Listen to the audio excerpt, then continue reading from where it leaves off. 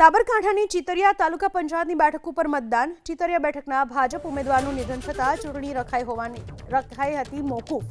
ચિતરિયા બેઠક માટે ફરી ચૂંટણી પ્રક્રિયા હાથ ધરાઈ। ભાજપ, કોંગ્રેસ અને અન્ય એક ઉમેદવારે નોંધાવી છે દાવેદારી। ચિતરિયા બેઠકમાં પાલ, અમોદરા અને ચિતરિયાનો સમાવેશ થાય છે। ચિતરિયા બેઠક ઉપર 4964 મતદારો। ચિતરિયા બેઠક માટે 6 બૂથ ઉપર યોજાઈ રહ્યું છે મતદાન।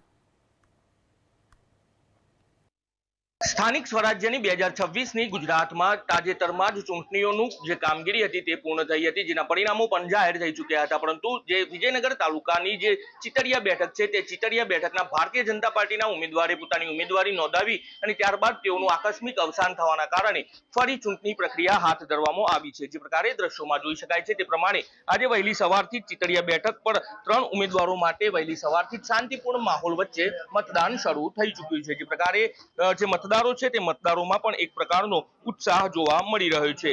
અત્યારે હાલ જે આ ચિતરિયા બેઠક છે તે ચિતરિયા બેઠકમાં 3 ગામોનો સમાવેશ થાય છે, જેમાં ચિતરિયા, પાલ અને અમોદરા ગામનો આ બેઠકમાં સમાવેશ થાય છે। ચિતરિયા બેઠક પર કુલ 4964 મતદારો છે અને 6 બૂથ પર અત્યારે હાલ વહેલી સવારથી જ મતદાન શાંતિપૂર્ણ માહોલ વચ્ચે ચાલી રહ્યું છે। જે પ્રકારે જે આ ચૂંટણી જે હતી તે દરમિયાન જે ભારતીય જનતા પાર્ટીના ઉમેદવાર હતા તે ઉમેદવારનું આકસ્મિક અવસાન થવાના કારણે ફરી ચૂંટણી પ્રક્રિયા હાથ ધરવામાં આવી હતી અને આ ચૂંટણી પ્રક્રિયા દરમિયાન આજે મતદાન શરૂ થઈ ચૂક્યું છે। જે શાંતિપૂર્ણ માહોલ વચ્ચે મતદાન જોવા મળી રહ્યું છે। 3 ઉમેદવારો વચ્ચે અત્યારે આ ચૂંટણીનો જંગ ચાલી રહ્યો છે। જો કે આજે સાંજે 3 ઉમેદવારનું ભાવિ ઈવીએમ મશીનમાં સીલ થશે અને આગામી દિવસમાં તેની મતગણતરી હાથ ધરવામાં આવશે અને ત્યારબાદ જ આ બેઠક પર કોણ પ્રતિનિધિત્વ કરે છે તે જોવું રહ્યું।